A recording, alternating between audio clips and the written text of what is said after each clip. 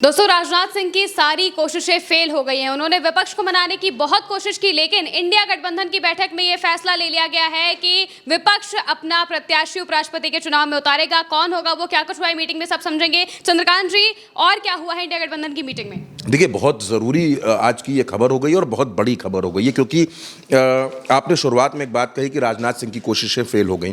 राजनाथ सिंह असल में पर्यवेक्षक बनाए गए थे। उनको ये जिम्मा दिया गया था कि आप विपक्ष से ये बात कीजिए कि हमारा जो उपराष्ट्रपति पद के प्रत्याशी हैं, महाराष्ट्र के राज्यपाल हैं, जो एनडीए के प्रत्याशी हैं, उनके नाम पर सहमति बन जाए, उनके नाम पर सारे दल, पूरे देश की सियासत एक हो जाए और चुनाव ना कराना पड़े।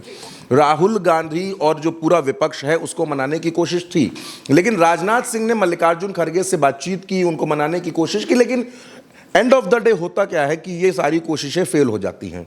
फिर क्या होता है महिमा? फिर ये होता है कि एक बैठक बुलाई जाती है। इस बैठक में इंडिया गठबंधन के जितने दल हैं उन तमाम दलों के नेता, आरजेडी से, समाजवादी पार्टी से राम गोपाल यादव थे, मनोज झा आपके आरजेडी से थे, कांग्रेस से थे, टीएमसी से नेता थे। पहले एक प्रेस कॉन्फ्रेंस होती है, उसके बाद एक अहम मीटिंग होती है। इस मीटिंग में दो बातें तय की जाती हैं। पहली बात कि हम उपराष्ट्रपति पद का चुनाव लड़ेंगे, ये बात बिल्कुल साफ।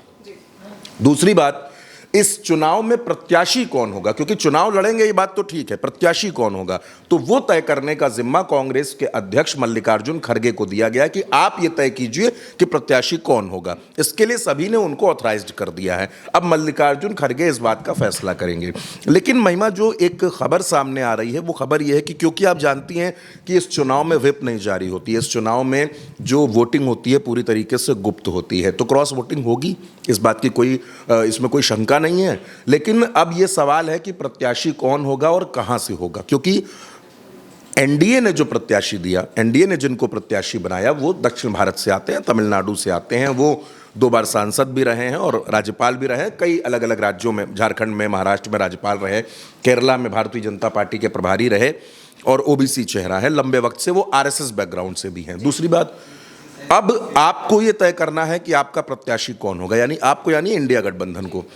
चर्चा महिमा ये भी चल रही है कि क्या इंडिया गठबंधन बिहार से कोई प्रत्याशी दे सकता है। अब ये इसलिए भी है क्योंकि बिहार में चुनाव होना है, तो क्या बिहार से किसी ओबीसी या ईबीसी को आगे ला करके चुनाव में खड़ा किया जा सकता है ताकि एक बड़ी मैसेजिंग की जा सके। ये मैसेजिंग बिहार के लिए होगी और बिहार इन दिनों पॉलिटिकल फोकस में है भी, क्योंकि देखिए राहुल गांधी वहाँ यात्रा निकाल रहे हैं, वोटर अधिकार यात्रा वहाँ चल रही है, तेजस्वी यादव भी उस यात्रा में आपको नजर आ रहे हैं, आप उस खबर को लगातार देख भी रही हैं।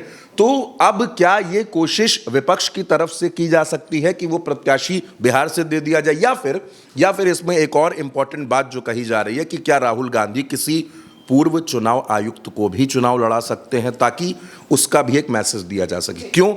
आजकल सबसे बड़ा मुद्दा क्या है? आजकल सबसे बड़ा मुद्दा है चुनाव आयोग। चुनाव आयोग पर तमाम सवाल है, तमाम सवाल पूछे जा रहे हैं।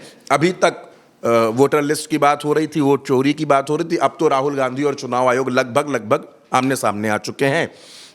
अब ऐसे दौर में जब एक बड़ा आंदोलन चल रहा है, जब सामने बिहार का चुनाव है, ऐसे वक्त में विपक्ष, इंडिया गठबंधन ये फैसला ले रहा है कि भाई हम तो चुनाव लड़ेंगे, हम अपना प्रत्याशी उतारेंगे। अब प्रत्याशी कौन होगा ये मल्लिकार्जुन खड़गे तय करेंगे, लेकिन फिलहाल महिमा मुझे ऐसा लगता है कि ये एक बड़ा फैसला है और ये एनडीए की टेंशन बढ़ाने वाला फैसला है। अगर इंडिया गठबंधन अपना प्रत्याशी उतारेगा तो चुनाव होगा और फिर वो चुनाव बड़ा रोचक हो जाएगा। ऐसे उस चुनाव में कोई रोचकता नहीं थी, अगर कोई प्रत्याशी ना होता वो निर्विरोध बन जाते, सारी चीज़ें हो जाती। लेकिन अब प्रत्याशी अगर इंडिया गठबंधन उतार देगा, जैसा कि उसने संकेत दे दिया, ऐलान कर दिया है कि हम प्रत्याशी उतारेंगे और ये तय करेंगे मल्लिकार्जुन खड़गे, तो आप ये मानिए कि चुनाव बेहद इंटरेस्टिंग हो गया है और अब इस पर हर किसी की नज़र भी रहेगी। बिल्कुल, नजर रहना ज़रूरी भी है और इंडिया गठबंधन ने अब आखिरकार ये बता दिया है कि वो अपना प्रत्याशी बहुत जल्द उतार सकते हैं। एनडीए गठबंधन ने तो सीपी राधाकृष्णन को अपना प्रत्याशी बना दिया है।